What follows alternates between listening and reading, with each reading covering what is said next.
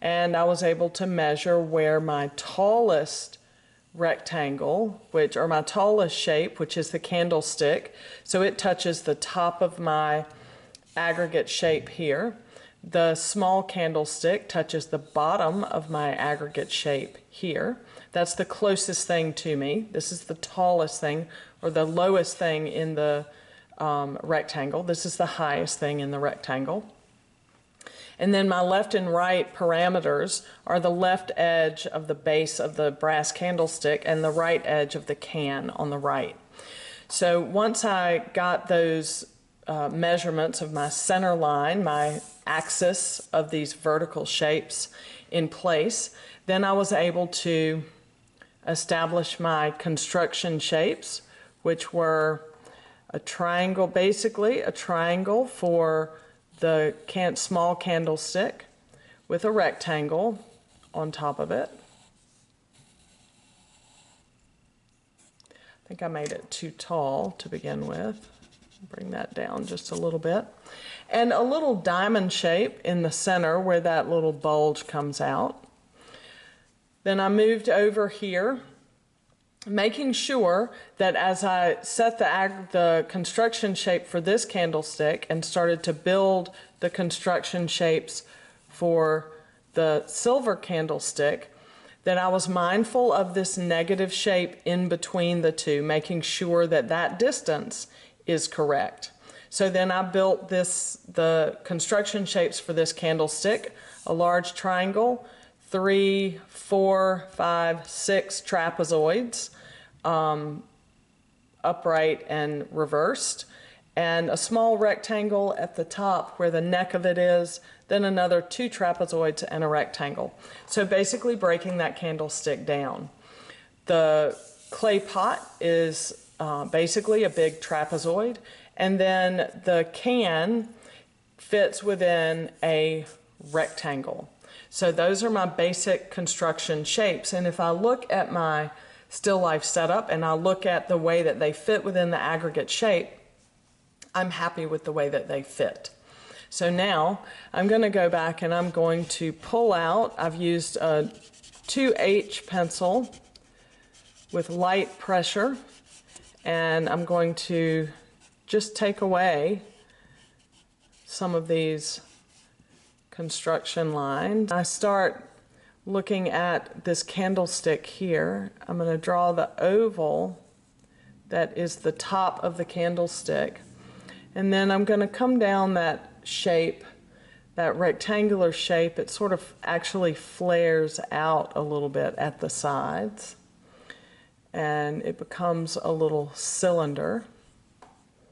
And then underneath it we've got, I'm going to leave faintly that center line to help me find these contours. It comes out a little bit here and then comes down and starts to flare out to the side of that little bulge that kind of looks like a triangle. Then it comes back in, has another little bump right there on the outside contour, and then it comes down to the base. And then it's curved at the bottom. So there's my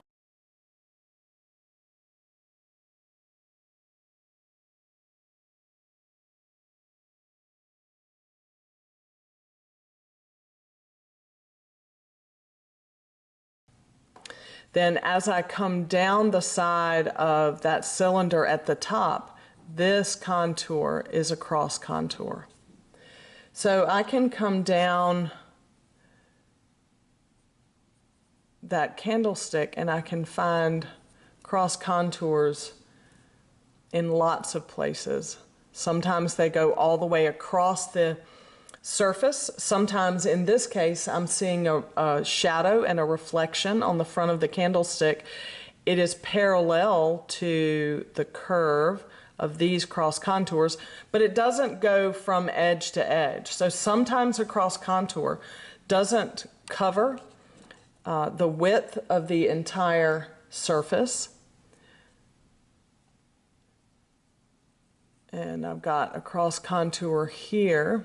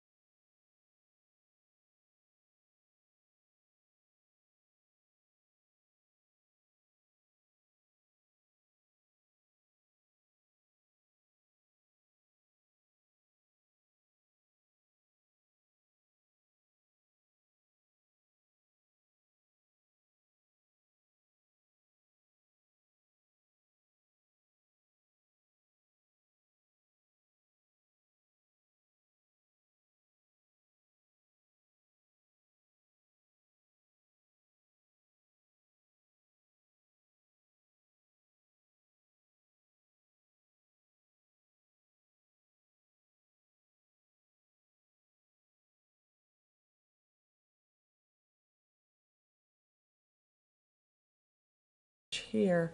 So I want to think about too, as I think about this bottom space, think about the negative shape of the surface of the table as well. I'll put my back edge of the table in there. So this is the bottom surface of the table. This negative shape that is established by the bottom of all of my little shape, my little objects.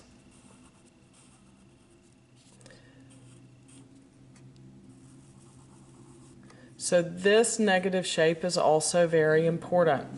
It's going to help establish the ground plane that my objects are sitting on. Bring that up just a little bit. So you start to see this jigsaw puzzle effect. You've got the negative shape of the background sort of pushing in, holding these objects in place. You've got the negative space of the tabletop coming up. Everything's starting to fit together really, really well.